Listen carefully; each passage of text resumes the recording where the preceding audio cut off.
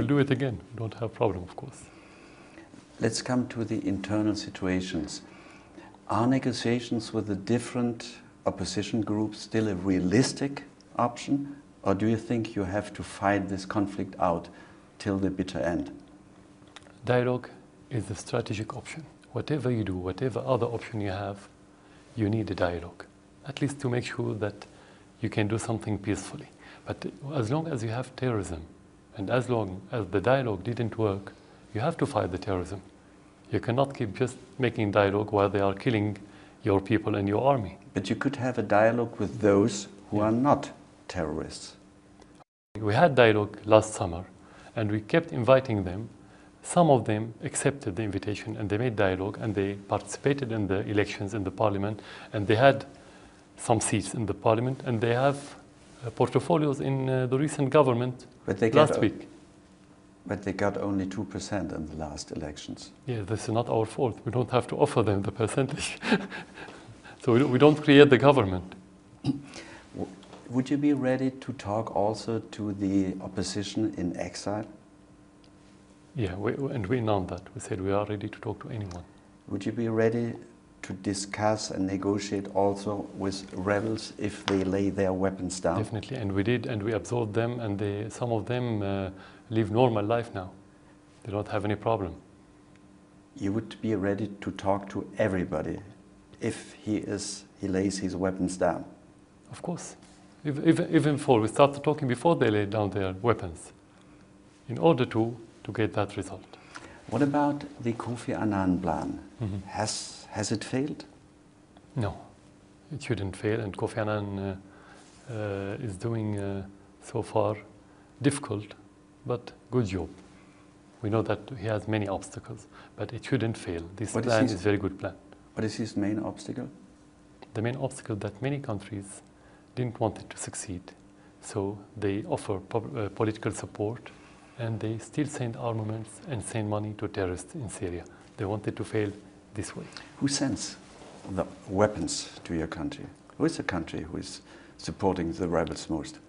If I don't have evidences, concrete evidences, I will tell you what the indications. Those countries announced publicly that they're going to support those terrorists, mainly the Minister of Foreign Affairs of Saudi Arabia and his counterpart in Qatar. They announced publicly they're going to support them. This is regarding the armaments. Turkey, I think, offer logistic support for smuggling. And the United States? United States mainly so far, what we know so far, that they offer political support. Means of communication also? We have some information about this, but I didn't mention it because we don't have concrete evidence to show it to you. What about Kofi Annan's plan for a united government, for a unity government, for a government formed by the different groups, with the opposition groups, with Baath Party members? Yeah, you're talking about the Geneva conference now. He's planned for a unity government, yes. Yeah, we talked about it in Syria. Now we have a unity government where you have the opposition that participated in the parliament, participated in this government, but you should have criteria. Well, how do you define opposition? You may have tens of thousands, hundreds of thousands, or millions. Could they participate? You need, this kind of government, the democracy needs criteria and needs mechanism. For me, the mechanism is the elections.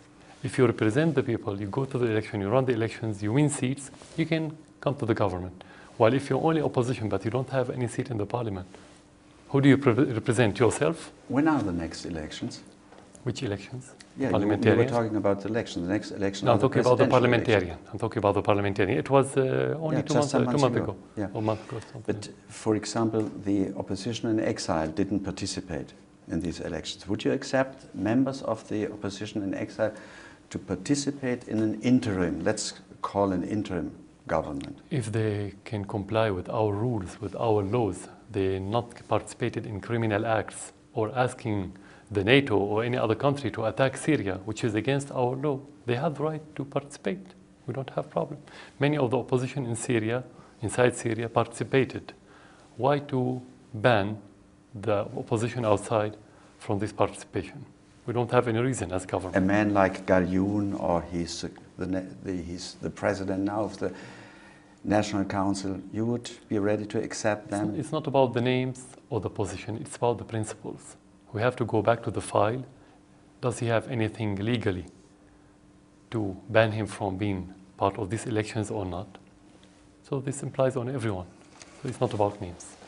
Mr. President, when you think about what happened to the leaders of Egypt and Libya, when you remember the pictures that we all have seen on TV, aren't you scared for your family, your wife, your little children?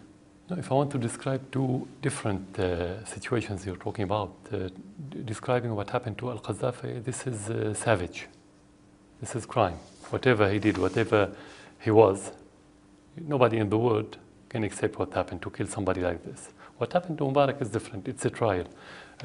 Any citizen, when he watches a trial on TV, he would think that I don't want to be in that position. So the answer is don't do like them, don't do like him. But to compare or to be scared, you have to. To be scared, you have to compare. Do we have something in common? No, it's a completely different situation. What's happening in Egypt is different from what's happening in Syria. The historical context is different. The social fabric is different, and our policy was always different. So what's in common? You cannot compare. So you cannot feel scared, but maybe you feel sorry or pity or whatever. But nevertheless, you have a hard opposition. You have hard fighting rebels, and you know what these rebels want to do.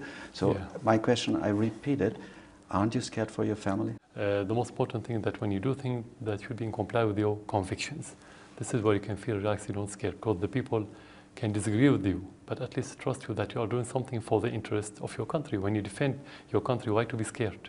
When you do something to protect the people, why to be scared? You may say that you have thousands of victims. What if you have hundreds of thousands of victims? So that's what's supposed to be in Syria. But in the end, what is your solution for this conflict in this country? And I ask again my question, do you fear or do you think you have to fight this conflict out till the bitter end? I repeat it. We have two axes of the solution. The first one, you have to fight terrorism. There is no question about fighting terrorists. Nowhere in the world. What would you do if somebody killed civilians, kill innocent people, kill children, and kill your soldier, and kill the soldiers, and kill the police, and kill anyone? You have to fight with him if he's not ready for dialogue, and that's what we've been seeing so far.